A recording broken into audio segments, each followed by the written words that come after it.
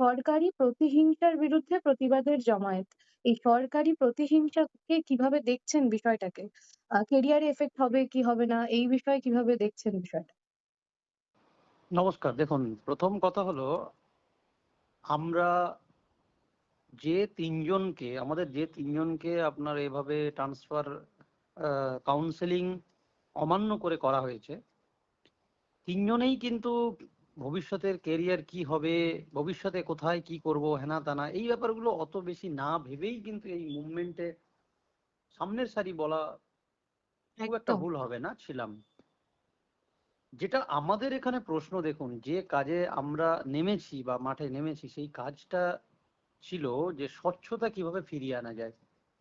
আমরা মনে করি অভয়ার মতো ঘটনা যদি স্বচ্ছভাবে হয়, কোথাও যদি আহ, আহ, কাউকে ওভার পাওয়ার না করে দেওয়ার জায়গা থাকে, মেরিটের বেসিসে যদি সবাইকে পজিশন দেওয়া হয়, কলেজে কলেজে যদি আপনার গণতান্ত্রিক পদ্ধতিতে ছাত্র সাংসদ নির্বাচন হয়ে তারা যদি প্রতিনিধিত্ব করে, তাহলে এই ধরনের সমস্যাগুলো সামাজিকভাবে আর ঘটবে না, এটা আমরা বিশ্বাস করি।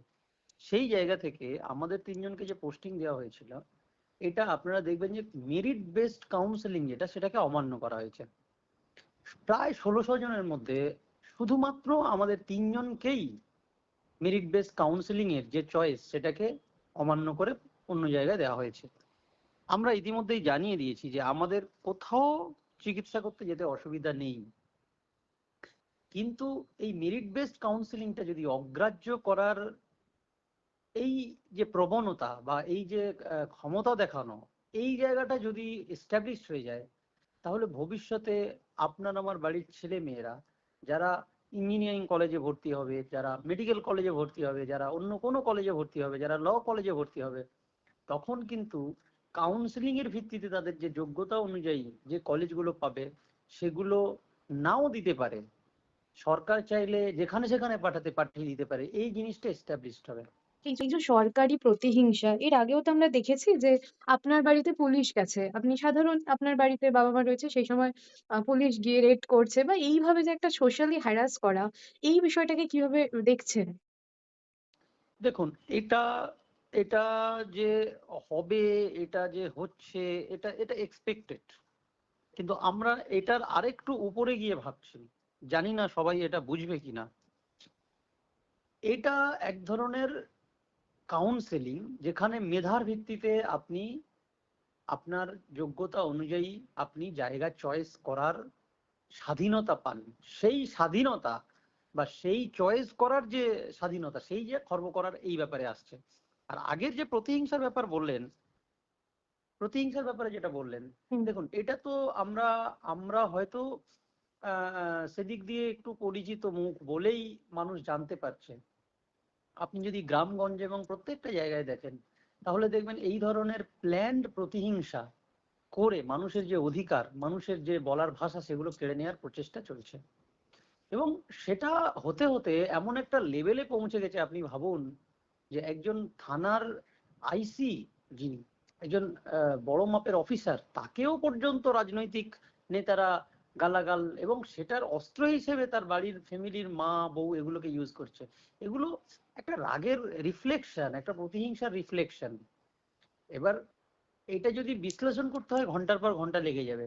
আমাদের যেটা করণীয়, আমরা যে ভাবে ভাবছি সেটা হলো সমস্ত ধরনের প্রতিহিংসাকেই কিন্তু রুখে দেওয়ার জন্য সাধারণ মানুষকে একত্রিত হতে হবে। নিয়ম, আইন, কানুন যেভাবে রাজ্য চালাতে সাহায্য করে একটা ইলেক্টেড জনপ্রতিনিধি, তারা কিন্তু ওই আইন মেনে সরকার চালাতে বাধ্য থাকেন, কিন্তু সেখানে কোথাও না কোথাও একটা আমরা ল্যাগ দেখছি এবং কোথাও না কোথাও সেটার ঊর্ধ্বে উঠে এ ধরনের অন্যায় হচ্ছে সমাজে, সেটার বিরুদ্ধে আমাদেরকে প্রতিবাদ করতে হবে। আমার সর্বশেষ প্রশ্ন থাকবে আন্দোলন। আপনাদের তো আন্দোলন বিশালভাবে আন্দোলনে আমরা সবাই সাধারণ মানুষও রাস্তায় নেমেছিল। সেই আন্দোলনের পর্যাপ্ত বিচার হচ্ছে না। সেটা আপনাদের যেই ক্ষেত্রেই বলুন না কেন, প্রত্যেক আন্দোলন ফর্ম হচ্ছে কিন্তু পর্যাপ্ত বিচার বা আন্দোলনের কোনো শেষ হচ্ছে না। এই বিষয়টাকে কিভাবে দেখছেন? দেখুন, আমি ব্যক্তিগতভাবে মনে করি আন্দোলন, প্রত্যেকটা আন্দোলনেই একই ধরনের ভাবনার মানসিকতার লোকজনগুলো একত্রিত হচ্ছে। কিন্তু আপনি যেটা বললেন একদমই ঠিক বললেন যে এটা রিফ্লেকশনটা কি আমরা পাচ্ছি সাধারণ অ্যাকচুয়ালি মানুষের আমাদের প্রশ্ন একদম রিফ্লেকশন। একদম একদম রিফ্লেকশনটা কি পাচ্ছি সত্যি কথা বলতে, যে সেই সচেতনতামূলক যে পরিবেশ, যে পরিস্থিতি, মিনিমাম যে এডুকেশনাল থিঙ্কিং মানুষের মধ্যে, মিনিমাম তর্ক বিতর্কের যে কালচার মানুষের মধ্যে, মিনিমাম ব্যাপারগুলো ভাবা এবং তথ্য নিয়ে কথা বলার যে ভাবনার মানসিকতা, সেটা এতটাই মানুষের কাছ থেকে কেড়ে নেওয়া হয়েছে যে আজকাল মানুষ কোনো ব্যাপারে ডিপ তো ভাবছেই না, বরং সেটাকে কোনো একটা রিলস এর মতো করে জাস্ট দেখে অ্যাভয়েড করে যাচ্ছে। এক নাম্বার। দু নাম্বার, সাধারণ মানুষের দশাটাকে এমন ভাবে পাঠানো হয়েছে যে তারা নিজেদের জীবনের আপনার জীবন চালানোর আর্নিং করতে গিয়ে হিমশিম খেয়ে যাচ্ছে। আপনি যদি গ্রামগঞ্জে যান দেখতে পাবেন, আমি পুরুলিয়াতেই আছি দেখলাম, মানে আপনার একটা ছোট একটা স্ট্যান্ড যেখানে আপনি 20-30টা টোটো চালক দেখতে পাচ্ছেন। সারাদিনে তাদের 200 টাকা 300 টাকা ইনকামও হচ্ছে না। তাহলে তারা নিজেদের জীবন চালানোর জন্য যে পরিশ্রমটা করছে সেটাতেই তারা হিমশিম খেয়ে যাচ্ছে। এবং তারপরেই যখন তাদের কাছে একটা কোনো রকমের ভাতা, কোনো রকমের একটা আপনার সাহায্যের হাত বাড়িয়ে আসছে, তখন সেই জায়গা থেকে তারা সেটাকে নিয়ে এতটাই মেতে আছে যে জীবনের যে অধিকার, জীবনের যে প্রতিষ্ঠা হওয়ার যে মানে আকুলতা ব্যাকুলতা, সেই জায়গাটার একটা অভাব হচ্ছে।